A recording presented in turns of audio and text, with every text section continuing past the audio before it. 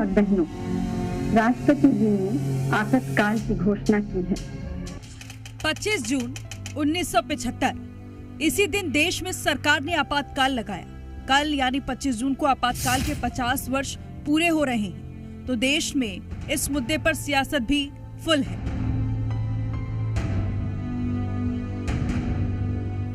वैसे तो आपातकाल 1975 में लगाया गया था, लेकिन इसका सियासी भूचाल 2025 में भी देखने को मिल रहा है।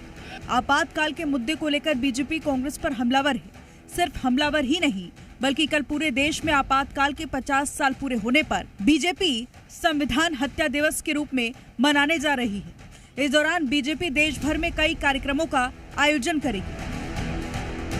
अब आपातकाल एजेंडा था या कांग्रेस की भूल थी, ये तो कांग्रेस को ही साफ करना है।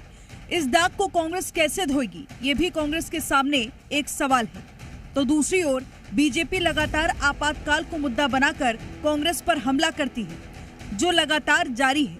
मध्य प्रदेश के बीजेपी अध्यक्ष वी.डी. शर्मा का कहना है कि इंदिरा गांधी ने जो किया उसको देश कभी माफ नहीं करेगा। तो वहीं मंत्री विश्वास सारंग ने कहा कि कांग्रेस ने संविधान को तार-तार किया।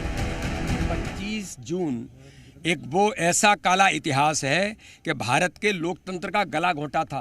कौन ने घोंटा था? इंदिरा गांधी, कांग्रेस की प्रधानमंत्री, अपने निहित स्वार्थ के लिए। ये कांग्रेस का इतिहास है। इन्हें देश से माफी मांगने मात्र बात नहीं है, इन्हें तो देश कभी माफ करेगा ही नहीं, जो आज हालात बने हैं। इसलिए लोकतंत्र की हत्या करने का काम कांग्रेस ने किया था।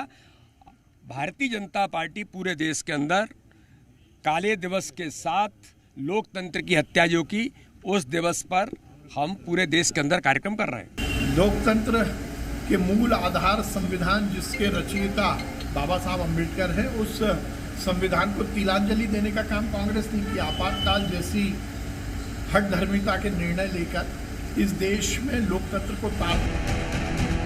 बीजेपी के आरोपों पर कांग्रेस ने भी पलटवार किया और बीजेपी पर संविधान बदलने का आरोप लगा दिया। इतना ही नहीं, बल्कि सबसे ज्यादा संविधान की हत्या करने का आरोप भी बीजेपी पर जीतू पटवारी ने लगा दिया। बीजेपी ने ही सबसे ज्यादा संविधान की हत्या कर रही है। भारतीय जनता पार्टी संविधान बदलना चाहती थी।